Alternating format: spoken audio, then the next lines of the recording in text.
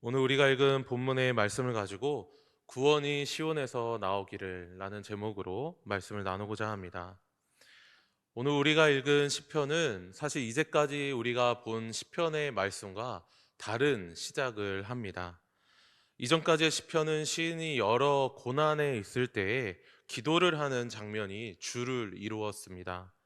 그런데 오늘 본문은 어리석은 자는이라고 이렇게 시작을 하는 것이죠. 고난받는 성도와 다른 불신자에 대한 언급으로 오늘 본문을 시작하게 됩니다. 여기서 어리석은 자라는 이 말은 히브리어 원어상 꽃이 시들다라는 의미입니다. 즉 동식물의 생명이 죽어 없어지는 것 같은 상태를 가진 자가 이 어리석은 자다라는 것이죠.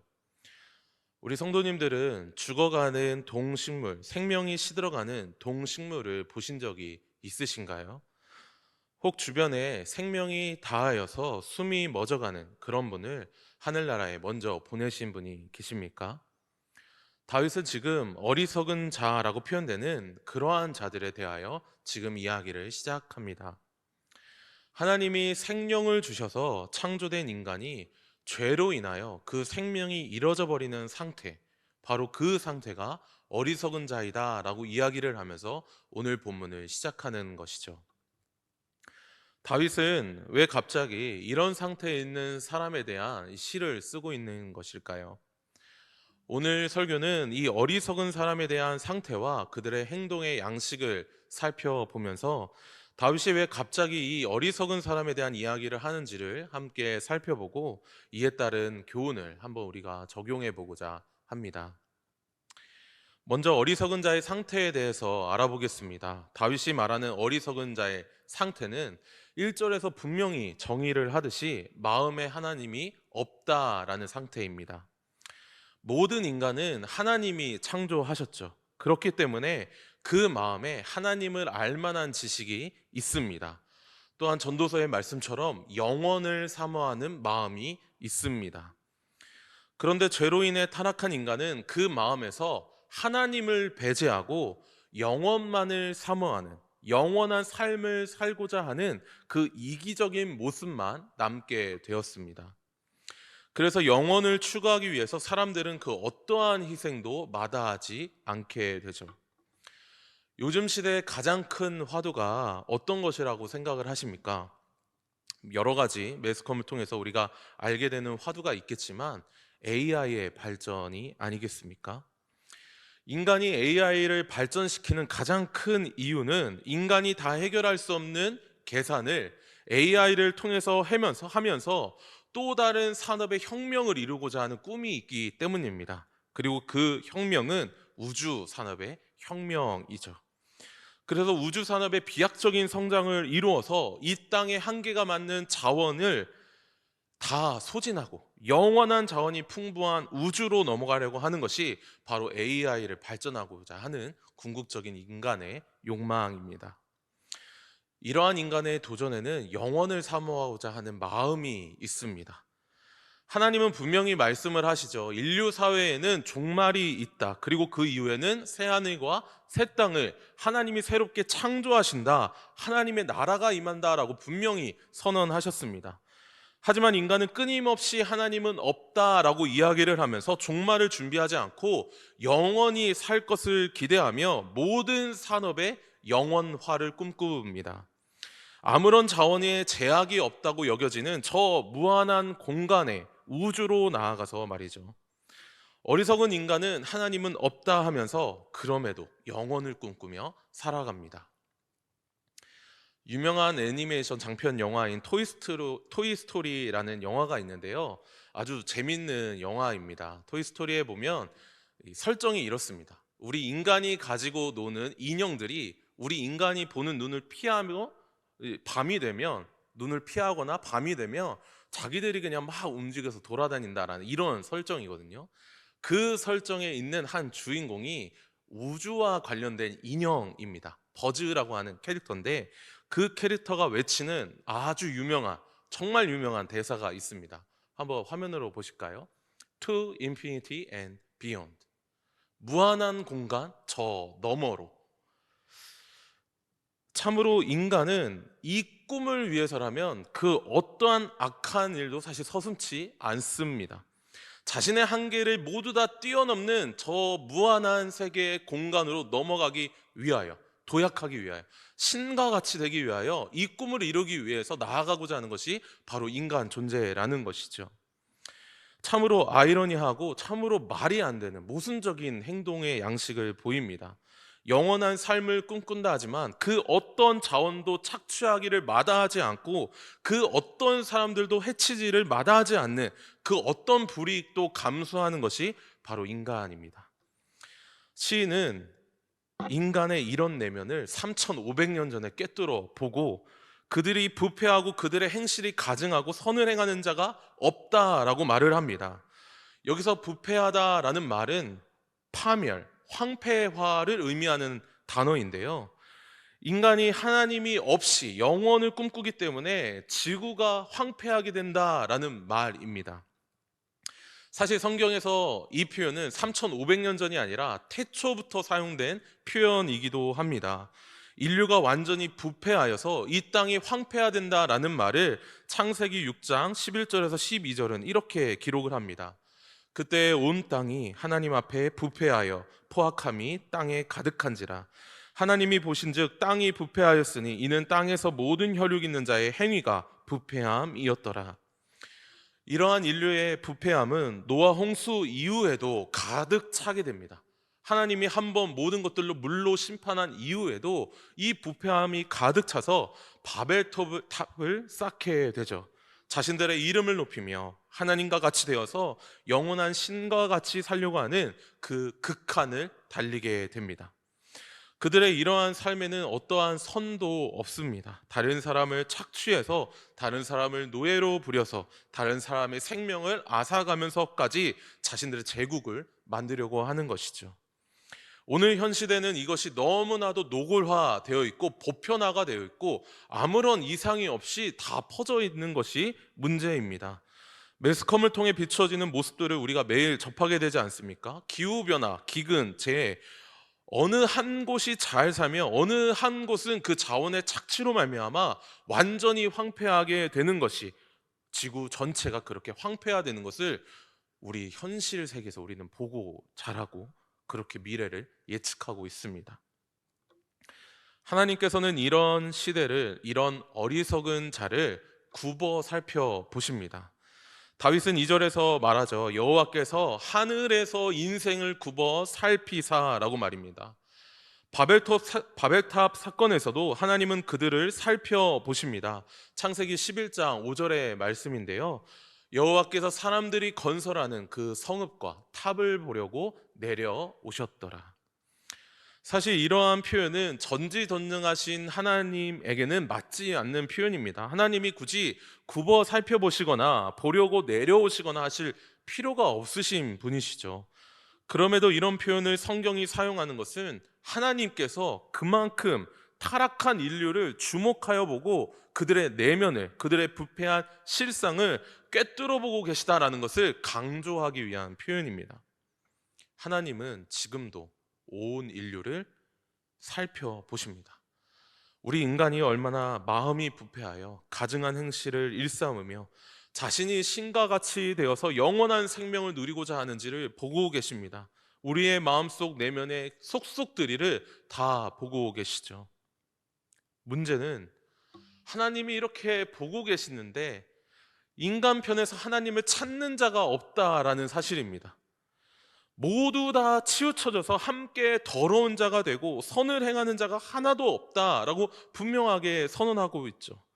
참으로 슬픈 현실입니다. 하나님이 구원하시지 않는다면 그 어떠한 이들도 스스로 하나님을 찾는 이가 없는 어리석은 자들의 천지가 되어버린 것이 바로 우리 인간 사회입니다. 참으로 아담 이래의 모든 인류는 죄로 인하여 타락하여 하나님이 없다 부인하는 지경에 이르렀습니다. 그래서 그 마음이 부패하여서 의지와 감정과 2절의 말씀처럼 지각이, 이해하는 것이 다 부패하여 전인적으로 하나님을 거부하고 따르지 않는 그러한 모습이 되어버렸죠. 위대한 목회자이자 설교자인 찰스 스펄전은 아담 이래 타락한 모든 인류의 비참한 상태에 이렇게 표현을 합니다. 범죄하고 타락한 인류는 오아시스 없는 사막이요, 별이 없는 밤이요, 보석이 없는 똥더미요, 밑이 없는 지옥이다. 아무런 소망이 없다, 아무런 희망이 없다, 아무런 가치도 없고 아무런 구원이 없는 세계이다 라는 말입니다. 우리는 하나님께서 타락한 인류를 이렇게 바라보고 계시다라는 이 사실을 이해하고 계십니까? 이 내용이 마음 가운데 들리십니까? 그리고 이것이 심각하게 들리십니까? 하나님께서 친히 강림하시고 굽어 살피시면서 의인을 찾고자 하시지만 하나도 없다라는 이 음성이 성경에 분명하게 기록이 되어 있는데 이 음성이 들리십니까? 다윗은 지금 하나님의 성령에 감동이 되어서 전 세계 인류를 바라보는 그 마음을 품고 하나님을 대신하여 대변하여 선포하고 있습니다. 인생의 여러 고난을 겪은 다윗이 정말로 그 고난을 통해서 깨달은 바가 이것이죠. 인간이 얼마나 악한 존재인가? 왜 인간의 인류 사회에는 고난이 있는가? 왜 우리 주변에는 고난이 있는가? 왜 악한 사회는 바뀌어지지 않는가? 다윗은 일평생의 고난을 노래하며 결국 이 질문까지 도달했습니다. 그리고 이 질문에 대한 답을 하나님의 성령의 감동이 되어 깨닫게 된 것입니다. 지각이 열리게 된 것이죠. 2절의 말씀처럼 지각이 있어서 하나님을 찾는 자가 된 사람, 바로 이 다윗이 깨우침을 가지고 하나님의 시선을 가지고 인류를 바라보고 있는 것입니다. 사도 바울도 그러했습니다. 하나님을 찾고 깨닫기 위해 지각을 위한 기도를 하면서 에베소서를 통해 에베소 교회에게 이렇게 권면을 하고 기도를 하죠. 에베소서 1장 17, 18절, 우리 주 예수 그리스도의 하나님 영광의 아버지께서 지혜와 계시의 영을 너희에게 주사 하나님을 알게 하시고 너희 마음의 눈을 밝히사 그의 부르심의 소망이 무엇이며 성도 안에서 그 기업의 영광의 풍성함이 무엇이며. 사실 우리는 하나님이 아니기 때문에 하나님의 시선을 가지고 타락한 인류를 속속들이 다 보는 것이 불가능합니다. 애초에 가능한 존재가 아니죠. 심지어 하나님께서도 놀라움을 표현을 하십니다. 하나님께서도 놀라움을 표현하십니다. 4절 말씀에 죄악을 행하는 자는 다 무지하냐라고 이렇게 질문하시죠.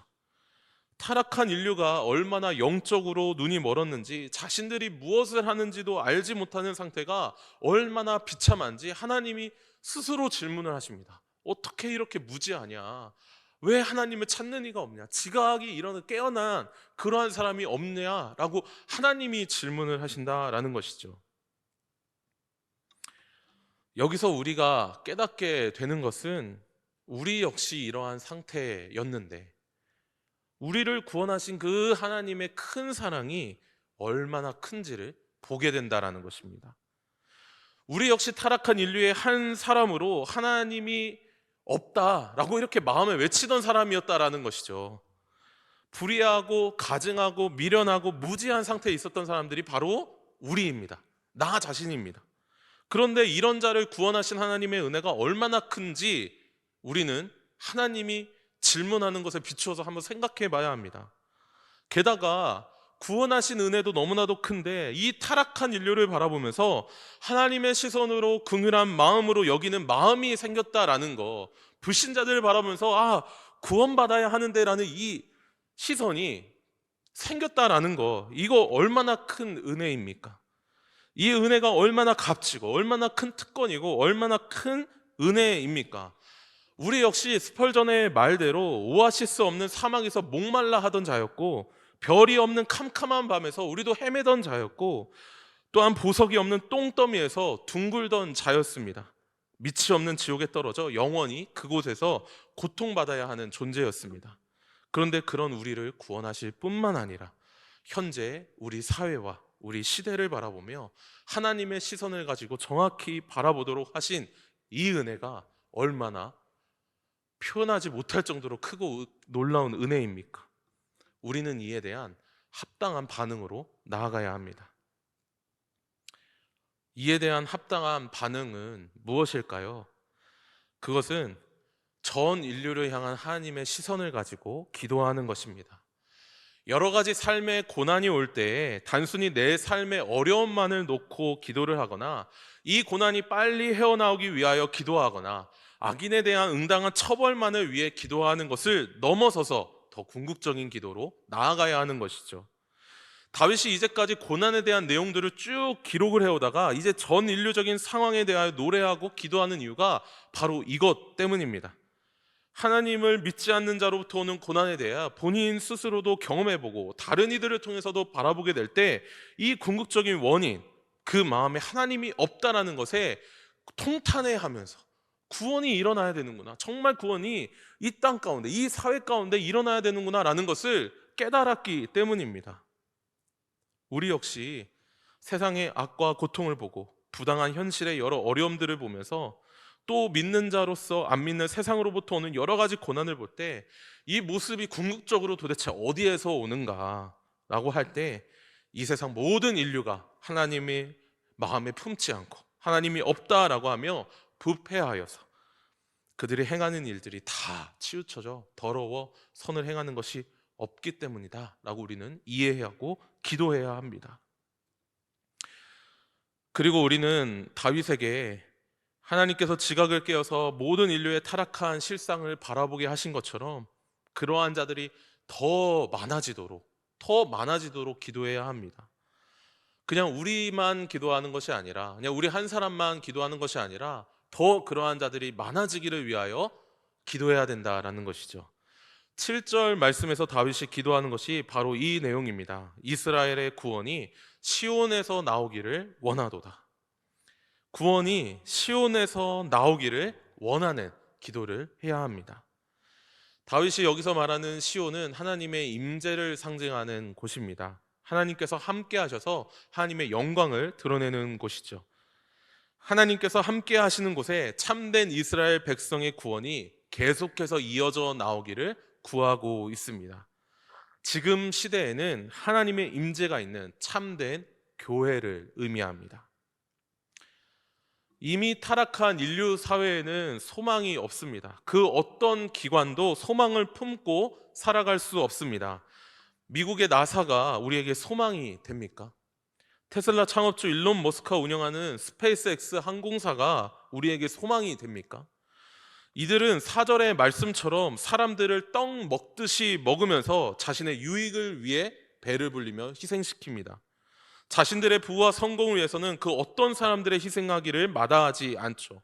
주가를 조작을 하거나 기술력을 훔치거나 서로 법정을 고소하거나 인류 전체를 위한다라고 하지만 정작 한 사람 한 사람의 희생, 헌신, 섬김, 무엇보다 궁극적으로 그 사람의 영혼의 구원을 위해선 아무것도 신경을 쓰지 않습니다. 그런데 아직도 지각이 없어서 하나님을 몰라서 이런 사회의 기관들을 자신의 소망으로 삼는 자들은 벌써부터 우주에 대한 꿈을 가지고 돈을 수십억씩 부어가면서 자신과 자신의 자녀들과 우주로 이주하도록 계약을 하고 그러한 어리석은 모습을 보이고 있는 것이죠. 이들이 이렇게 돈을 벌기 위하여 얼마나 많은 착취와 얼마나 많은 비리와 얼마나 많은 부정과 부패가 가득하겠습니까? 이를 위하여 희생되는 약자들은 얼마나 많겠습니까? 이런 약자들을 돌보고 진정한 구원으로 이끄는 기관은 이 세상 그 어디에도 없습니다. 오직 하나님의 임재가 있는 곳, 주님의 말씀과 성령으로 지각이 깨어나 하나님을 바라보는 눈이 열리는 곳, 그곳에 참된 구원이 일어나게 됩니다. 바로 교회입니다. 그래서 세상이 교회를 두려워합니다. 교회가 죄에 대하여 지적을 하고 그들의 악함을 드러내고 오직 하나님에게만 궁극적인 구원이 있다, 소망이 있다라는 사실을 증거하고 전파하기 때문에 두려워합니다. 그래서 그 두려움이 조롱으로 나타나죠. 온갖 거친 모진 고문과 순교의 죽임으로 나타나게 됩니다. 세상은 교회를 두려워합니다. 인류 역사 이후로 모든 믿는 자들의 핍박의 역사, 그것을 증거하는 것이죠. 다윗이 5절에서 고백을 합니다. 그들은 두려워하고 두려워하였으니 라고 말이죠. 이 말은 두려움으로 두려워하다, 소스라치게 두려워하다, 끔찍하게 두려워하다라는 그러한 의미입니다. 이 두려움을 해소하기 위하여 믿는 자들의 입을 봉하기 위해 그들을 핍박하는 것입니다. 심지어 감옥에 가두기도 하고 사형에 처하기도 하고 그들 스스로 그 두려움을 증명해내는 것이죠. 악한 방식으로 말이죠. 하지만 하나님을 믿는 의인들은 대대로 이러한 핍박과 환난, 죽음이 올지라도 두려워하지 않았습니다. 끝까지 그들의 죄를 지적하고 구원이 교회에 있다, 하나님에게 있다는 것을 끊임없이 선포했던 것이죠. 히브리서 11장 믿음장에 나오는 모든 믿음의 의인들이 다 그러했던 사람입니다. 감옥에 갇혀도 구차히 풀려나기를 원치 않고 조롱과 채찍질, 돌로 치는 것, 톱으로 켜는 것, 칼로 죽임을 당하는 것, 광야로 유리하는 것, 그 어떠한 환난과 확대에도 두려움 없이 하나님만을 섬겼습니다. 로마 시대도 동일했고 바벨론 시대도 동일했고 중세 시대도 동일했고 현대 근대 다 동일했습니다. 교회는 계속해서 자신의 믿음을 드러내며 담대히 세상을 향해 구원을 외쳤습니다. 그래서 바울이 이렇게 말합니다. 고린도후서 6장 9절에서 10절입니다.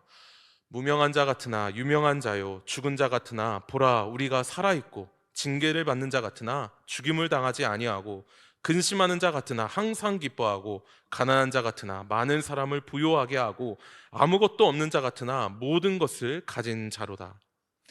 바울이 말하는 것은 세상으로부터 지금 우리가 천대를 받아서 무명해지거나 죽은 자 같거나 징계를 받는 자 같거나 근심하는 자 같거나 가난한 자 같거나 아무것도 없는 자 같으나 그렇지 않다. 우리 교회는 결코 그렇지 않다. 우리는 모든 것을 가진 자이다. 유명하고 살아있고 죽임당하지 않아 영원히 살고 항상 기뻐하고 많은 사람을 부요하게 하고 모든 것을 가진 자가 우리 교회이다, 이렇게 선언합니다. 하나님께서 우리와 함께 하시기 때문이죠. 하나님이 우리와 임재해 계시기 때문입니다. 그리고 도리어 세상은 다윗이 6절에서 말하는 것처럼 가난한 자들, 우리 가난해 보이는 자들을 부끄럽게 하지만 그런 가난한 자들은 오히려 가난해 보이는 우리들은 오직 여호와만을 피난처로 삼는다라고 이렇게 말합니다. 참으로 평강이 넘친다, 든든하다, 참으로 부요하다라고 말하는 것이죠. 실제로 그러합니다. 우리 한 사람 한 사람이 무슨 어떤 대기업처럼 돈이 많거나 명예가 가득한 그러한 사람입니까? 우리 교회가 그러한 기관입니까? 교회가 그런 곳입니까? 전혀 아니죠. 오히려 세상에 비하여 가난하고 아무것도 가진 것이 없는 것처럼 보이는 것이 바로 교회입니다. 하지만 사도 베드로와 요한이 분명하게 선언한 것처럼 우리에게 은과 금은 없지만 나사렛 예수 그리스도의 이름이 우리에게 있습니다. 그리고 그 예수의 이름을 우리에게 주신 하나님의 임재가 우리에게 있습니다. 교회는 이런 곳입니다. 하나님의 임재와 예수의 이름을 힘입어서 언제나 그 자리에 피하여 오는 자들을 다 받아주며 든든히 담대하게 서서 그 어떤 고난과 핍박이 와도 하나님이 없다라고 외치는 그 세상에 우리를 떡 먹듯이 먹으려고 삼키려고 할지라도 여호와 하나님이 우리의 피난처이니 우리는 기뻐하고 즐거워한다, 이렇게 외치는 공동체, 바로 그것이 교회입니다. 사랑하는 성도 여러분, 우리 동산교회가 진정 하나님을, 예수님을 즐거워하고 기뻐하는 그런 교회가 되길 간절히 소망합니다. 그리고 세계 열방을 향하여서 구원이, 하나님의 임재가 가득한 우리 교회를 통해서 구원이 퍼져나가기를 그렇게 소원합니다. 시온에서 구원이 나오기를 원하였던 것처럼 우리 역시 그렇게 원하기를 원합니다. 우리도 우리 공동체의 구원을 통해 우리 관악의 지역, 서울의 지역, 더 나아가 세계 열방의 구원이 주의 임재가 있는 우리 교회를 통해서 나오기를 원하며 기도하며 그렇게 예배하기를 원합니다. 이것을 위해서 우리는 어떻게 해야 할까요? 하나님이 없다 하는 시대에 우리를 구원하신 그 하나님의 은혜에 진정 감사하는 반응으로 나아가야 합니다. 우리의 지각을 더 열어달라고 다윗과 같이, 바울과 같이 그렇게 기도하는 것이죠. 더 주님의 마음을 품기 원합니다. 더 주님의 시선으로 보기를 원합니다. 더 주님의 시선으로 온 세계 열방을 품기를 원합니다. 그리고 우리 교회가 하나님의 임재가 가득한 교회가 되게 해달라고 간구해야 합니다. 우리가 먼저 그렇게 되면 우리 교회의 모든 공간이 정말 그렇게 하나님의 임재가 충만히 넘쳐 흐르는 그러한 교회가 되게 해달라고 기도해야 하는 것이죠. 그래서 어리석은 자로 가득 찬 이 세상에서 가난하고 핍박받는 자들이 우리 교회에 물밀듯이 밀려와 하나님을 피난처로 삼고 하나님을 즐거워하고 기뻐하는 일이 더 풍성하게 넘쳐나길 간절히 소망합니다. 오늘 새벽에도 말씀드렸던 내용인데요, 교회의 부흥의 역사들을 우리가 보게 되면, 기록으로 남겨진 그 부흥의 역사들을 우리가 보게 되면 한두 명의 사람으로부터 전 세계가 부흥의 불길로 뒤덮이는 역사들이 세대마다, 의인의 세대마다 있었던 것을 보게 됩니다. 바라기는 우리 교회에 그러한 자들이 일어나 우리를 통하여 정말 전 세계 열방의 구원의 불길로 휩싸이는 그런 역사가 일어나기를 간절히 소망합니다. 함께 기도하겠습니다.